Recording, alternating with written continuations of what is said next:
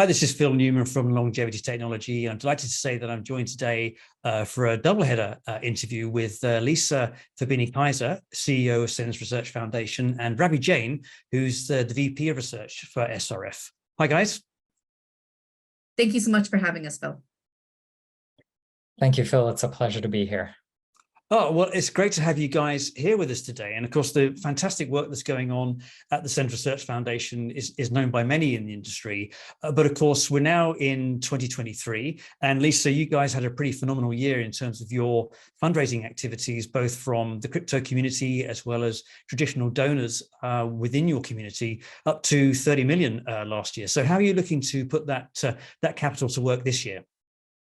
Yeah, you're right. We had a huge fundraising year in 2021, end of 2021, and it really skyrocketed us. We're used to working on an operational budget of around 5 million. And of course, we always strive, since we are a research foundation, for more than 50% of our budget every year going towards research activities. So that's what we've been doing. We've been spending the vast majority of that money so far on research activities. We've expanded our research center in Mountain View, California. We've more than doubled our space there. We've gotten lots of new equipment that we really needed. We were often operating on second or even third hand equipment to do our research. It's slow, to say the least. Having the new equipment not only is the technology better, but allows us to really trust our results more, which is fantastic. It means we don't have to do quite as many repetitions if something goes horribly awry. So it's been really great in that aspect. We've also expanded our team significantly. You know, it's been great that we've been able to do so much up to date with the kind of skeleton crew we've had. But we've really expanded our team this year and gotten a whole lot of new researchers in. We started in 2022 a new program with SENS with Dr. Hadi Riba. And we actually had a really good fundraising year in 2022 as well, not nearly as big as 2021, but I hope you all were able to tune in to our end of year campaign. We worked with Lifespan.io to get some life noggin videos out describing all of our 7 strands, and they were marvelous. We also have some NFTs out on the market, which have been great to look into more crypto donations. And we're working with a new crypto strand called Tyrant, which is very interesting as well. Well, that sounds wonderful. And of course, you know, as any organization is expanding, of course, there's all these new financial models in place. But that's wonderful to hear that you've got expanding space and you're growing your headcount and getting that first-class product and equipment in the lab, which is really, really important for the work that you're doing. Now, Ravi, of course, you've come to the organization from your pharma background and very interested to understand how you're applying that now to the programs for SENS Research Foundation. Yes, Phil, you're right. Though I'm a recent addition, I've been volunteering with SRF since 2018. And my pharma background really lends itself to looking at the programs that we have in-house, making sure that they're translatable and making sure they're on the path to translation. So the projects that are being done and the experiments that are being done move the project forward into a commercialization pathway. And that has been a good piece of my focus, because fundamentally, what good is it to find therapeutics for aging if we don't get them into people? Absolutely. And of course, we're going to talk a little bit about the commercialization pathways in a short while. But Lisa, could we maybe just talk a little bit more about SENS's damage repair mission across the 7 domains? Obviously, you've got things like glycosens and oncosens and apoptosens. So just for the benefit of everybody to understand how that all works and how these different programs perhaps interweave with each other. Sure. So the SENS paradigm is about damage repair, that aging is an accumulation of damage over time that naturally occurs, but creates pathologies when they go on too long or when they accrue too much. So you're right, we have 7 strands, which says that there are 7 types of damage that accrue that need to be addressed in order to really ameliorate aging entirely as a disease. So things like apoptosens with it, which is senescent cells. Senescent cells are everywhere. We hear about that a lot lately. That's one of our programs. We have lysosens, which are the intracellular junks, things like atherosclerosis. Mitosens, oncosens is cancer, glycosens crosslinks, right? So you're right, we have 7 strands and they're all important to address. Because if you don't address all of them, you're not really going to impact aging. You might impact one aspect of aging, right? If you cure atherosclerosis by getting rid of the intracellular junk, lysosens, that's great. And then you won't die of heart attack, but you might end up dying of cancer later on. And so you also have to look at oncosens and how we attack cancer in that way. And so SENS tries to do a multifactorial approach to these issues. We try to fund research in all of these areas to create a cumulative effect on aging itself. And we are really targeting the diseases to create therapies, right? We're not just looking for face creams or nutraceuticals. We're looking for real therapies to go through the FDA to make sure that we're getting real medical treatments on the market for everybody. And that's our big selling point, is that we want to make sure that everybody has access to these therapies and that all of our therapies address a damage of aging. And of course, there are some of those companies that you've been working with on the basis of those platforms that are now moving into the very important clinical phases that obviously we all want them to succeed through. But Ravi, let's talk a little bit about the fact that a lot of investors now are very interested in discovery and development platforms. That's a big industry trend at the moment. What's that? How does that apply to SENS Research Foundation? How are you aligning with that industry trend? That's a good question. So that's the trend at the moment. And what platform discovery and development really looks like is a flywheel sort of approach where you have a technology that can be reused over and over and find therapies or small molecules or compounds and such things for a number of different diseases. And the way that we look at it, the way that our sort of platform development works is we've got, as Lisa mentioned, fairly specific programs. So for senescent cells, for example, we have a whole set of technologies that come to bear that when they all work together and synergize, we're actually producing a number of candidate compounds or therapeutic pathways for removing senescent cells from our bodies, right? So we look at platforms as an overarching approach.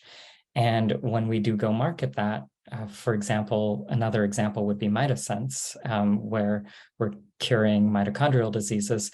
That one is readily looked at as a platform disease because even though we take multiple approaches to it, what we are doing is doing something that's replicable in each of those approaches across a number of different diseases. So for example, moving mitochondrial genes into the nucleus, we can do that for one gene at a time, and we're working on doing that for all of the genes. Well, each of those genes have a rare disease associated with them. So right off the bat, we have a platform for looking at 13 different rare diseases and the attendant sort of rare disease financial models as these companies are being stood up. That's wonderful. And let's talk about those companies, Lisa. We've got the likes of Repair, Ocean, iCore, Cyclarity, Revel, Covalent, really some great names for those in the industry that will know the work that they're doing.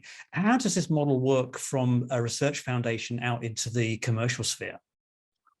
So as what we're trying to do as a foundation is to make sure that these therapies reach market.